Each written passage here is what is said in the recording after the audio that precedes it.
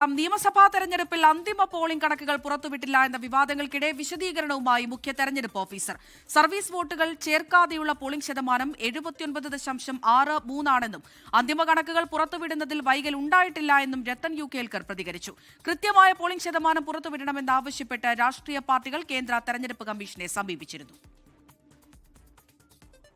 വോട്ടെടുപ്പ് കഴിഞ്ഞ് ഒരു ദിവസത്തിനുള്ളിൽ തന്നെ കൃത്യമായ പോളിംഗ് ശതമാനം, മണ്ഡലം തിരിച്ചുള്ള കണക്ക്, ബൂത്ത് തല വിവരങ്ങൾ എന്നിവ തിരഞ്ഞെടുപ്പ് കമ്മീഷന്റെ വെബ്സൈറ്റിൽ വരുന്നതായിരുന്നു രീതി. എന്നാൽ ഇപ്രാവശ്യം വോട്ടെടുപ്പ് കഴിഞ്ഞ് 3 ദിവസം പിന്നിട്ടിട്ടും വെബ്സൈറ്റിൽ അന്തിമ കണക്ക് ലഭ്യമായിരുന്നില്ല. വിവാദമായതോടെയാണ് തിരഞ്ഞെടുപ്പ് കമ്മീഷൻ വിശദീകരണവുമായി രംഗത്തെത്തിയത്. EVM, തപാൽ, ഹോം വോട്ടുകൾ എന്നിവ ചേർത്ത് കേരളത്തിൽ 79.63% പോളിംഗാണ് രേഖപ്പെടുത്തിയിട്ടുള്ളത് എന്ന് മുഖ്യ തിരഞ്ഞെടുപ്പ് ഓഫീസർ. പ്രിസൈഡിംഗ് ഓഫീസർ രേഖപ്പെടുത്തിയ കണക്കാണിത്. എന്നാൽ സർവീസ് വോട്ടുകൾ ഇതിൽ ഉൾപ്പെട്ടിട്ടില്ല. അന്തിമ കണക്ക് വന്നതിനു ശേഷം ഇൻഡെക്സ് കാർഡ് ഇറക്കുമെന്നും രത്തൻ യു കേൽക്കർ പറഞ്ഞു. 17C വരെ പ്രിസൈഡിംഗ് ഓഫീസേഴ്സ്, റിട്ടേണിംഗ് ഓഫീസേഴ്സ് എല്ലാം കൊളക്ട് ചെയ്ത് തന്നിട്ടുള്ള ഡേറ്റ, പിന്നെ പോസ്റ്റൽ ബാലറ്റ്സ് വന്നിട്ടുള്ളത് 79.63%. ഇന്ന് സർവീസ് വോട്ടേഴ്സ് 53,984 ഉണ്ട്. അവർ എത്ര പേർ അത് വോട്ട് ചെയ്യുന്നു അത് നമുക്ക് അവസാനത്ത് കൗണ്ടിംഗ് സമയത്ത് നമുക്ക് അറിയാൻ സാധിക്കത്തുള്ളൂ.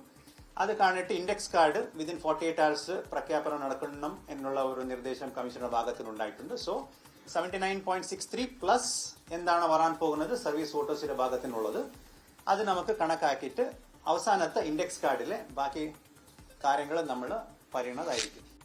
കണക്ക് പുറത്തുവിടാത്തതിൽ ദുരൂഹത സംശയിച്ചാൽ തെറ്റില്ല എന്നായിരുന്നു CPIM നേതാക്കളുടെ പ്രതികരണം.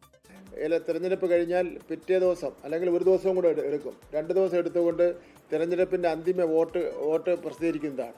ഇവിടെ ഇപ്പോൾ ആ അന്തിമ വോട്ട് പ്രസിദ്ധീകരിച്ചിട്ടില്ല. അതിൽ ദുരൂഹത ആരെങ്കിലും ചിന്തിച്ചാൽ അതിനെ തെറ്റ് പറയുന്നതിന് വേണ്ടിയും കഴിയില്ല.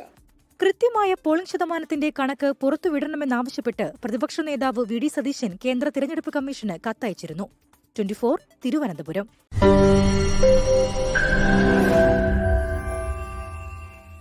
ലോകത്തെവിടെയായാലും ഏത് സമയത്തും 24 വാർത്തകളും ഓഗ്മെന്റഡ് റിയാലിറ്റി പാക്കേജുകളും എക്സ്പ്ലെയിനറുകളും വിശദമായി കാണാൻ ഞങ്ങളുടെ YouTube ചാനൽ നിങ്ങൾക്ക് സബ്സ്ക്രൈബ് ചെയ്യാം.